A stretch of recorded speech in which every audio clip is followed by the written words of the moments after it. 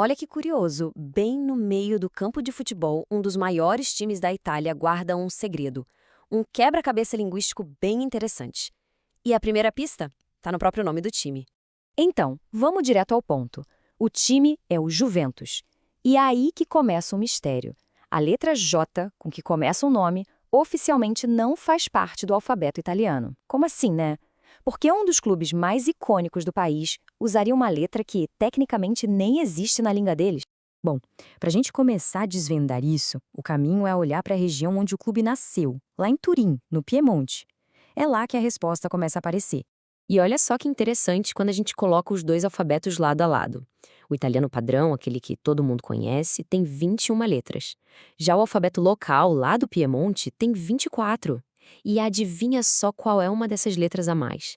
Exatamente, o J. Pois é, essa letra extra não tá ali por acaso, não. Na verdade, ela é uma porta de entrada para a gente entender algo muito maior. A própria língua que se fala na região. E aqui tá o pulo do gato. O piemontês não é só um sotaque diferente de italiano, sabe? É bem mais que isso. Para os linguistas, é uma língua própria, uma língua românica, do grupo que eles chamam de galo-itálico. O que isso quer dizer? Basicamente, que ela tem influências tanto da França quanto da Itália, com uma estrutura toda dela. Ok, mas aí surge aquela dúvida clássica, né? Afinal, o piemontês é uma língua de verdade ou é só mais um dialeto do italiano? E é aqui que a coisa fica complexa. Se perguntar para a maioria das pessoas que falam piemontês, elas vão dizer que é um dialeto do italiano. Mas se a conversa for com um linguista, a resposta é outra. É uma língua independente. E essa diferença de opinião, acredite, é super importante e acaba até atrapalhando na hora de tentar preservar o idioma. Agora, a prova mais forte de que o piemontês é uma língua separada, talvez, esteja no vocabulário. É quando a gente olha para as palavras que a conexão com outra língua fica, assim, gritante. Acontece que o vocabulário do piemontês tem muito, mas muito mais a ver com as línguas galo-românicas, como o francês, do que com o italiano em si.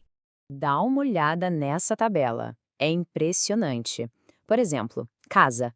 Em piemontês é maison, que é quase igual ao francês maison. Já em italiano é casa. Ou trabalhar.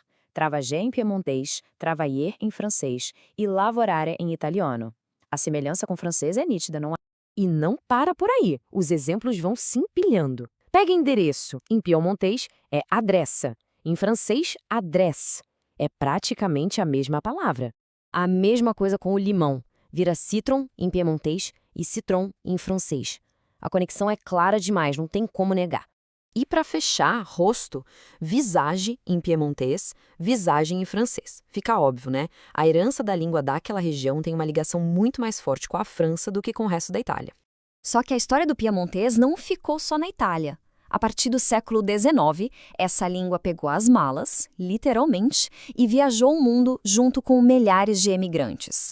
Olha só, por um período de 100 anos, mais ou menos de 1850 a 1950, o piemontês era a língua principal de um monte de gente que estava saindo de lá em direção às Américas e também à França. E essa migração toda acabou criando comunidades que falavam piemontês em vários cantos do mundo, na América do Sul, nos Estados Unidos e sim, até aqui no Brasil. E com isso, a gente fecha o círculo. O mistério do J em Juventus está resolvido. Não é uma letra estrangeira aleatória. É uma baita homenagem à língua original da cidade do time, Turim. É o piemontês marcando presença, um detalhezinho que no fundo conta uma história cultural gigante. No final das contas, essa história do Juventus nos mostra uma coisa bem legal. A diferença entre o que é uma língua e o que é um dialeto muitas vezes tem mais a ver com identidade, com história, do que com regras gramaticais. Isso faz a gente pensar, né? Quantos outros desses dialetos por aí não são, na verdade, línguas inteiras, cheias de história, só esperando uma chance para serem descobertas em nomes de lugares, de times, em tradições?